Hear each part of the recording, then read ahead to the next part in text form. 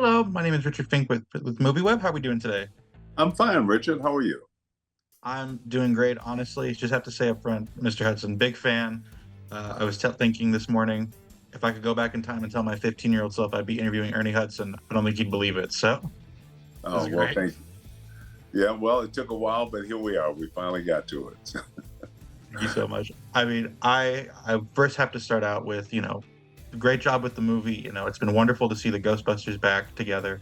I'm curious for you as what is this feeling? You got to return for the last one, but you get a little bit more of a bigger role in this movie, and Winston gets a much bigger upgrade in terms of like he's now a millionaire. He's running the division. How does that feel for you, and like to see where Winston has gone as a character? Yeah, no, it's great. And by the way, he's a billionaire. But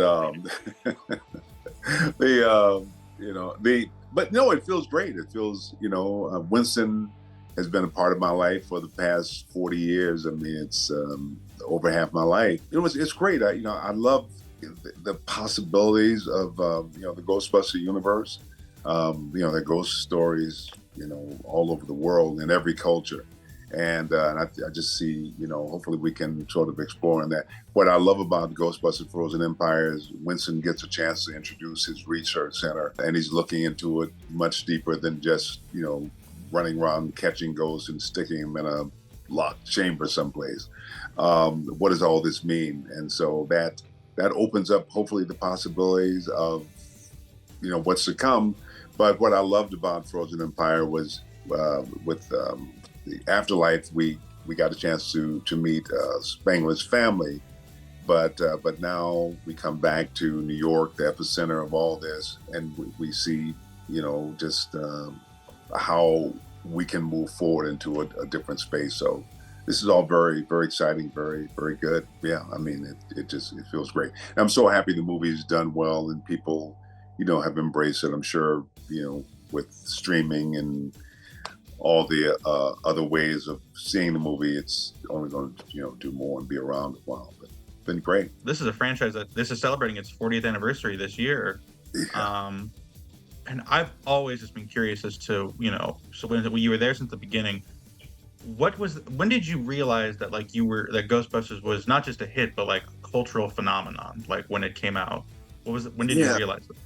Well, I think the first big thing was the first screening of the movie. I saw the screening. I was like, wow. And then, back in the 80s, a movie would come out and do well for a month or so, and then something else. There was a lot of movies happening at that time.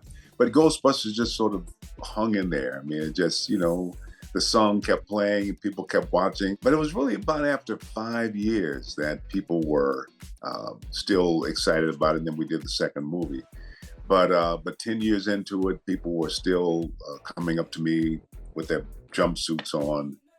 When I saw cars being turned into ectomobiles, first you'd only see the Cadillac, but then suddenly people were turning Volkswagens into ectomobiles. And then 15 years and 20 years, and then I think the reality that, oh yeah, that people really connect in families. I saw grandparents with their grandchildren who on the street would come up and tell me stories. So it's always been a part of, I'm not sure if the studios always realized the potential, but the fans just held on to it and embraced it.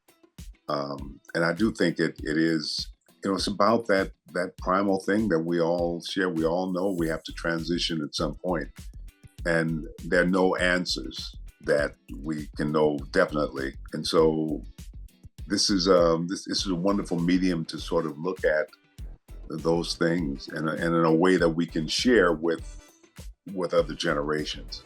It's just a beautiful answer, and thank you so much for taking the time to speak with me. Been a real pleasure, and again, congratulations on the movie, sir. Thank you so much, man. Great talking to you. You take good care.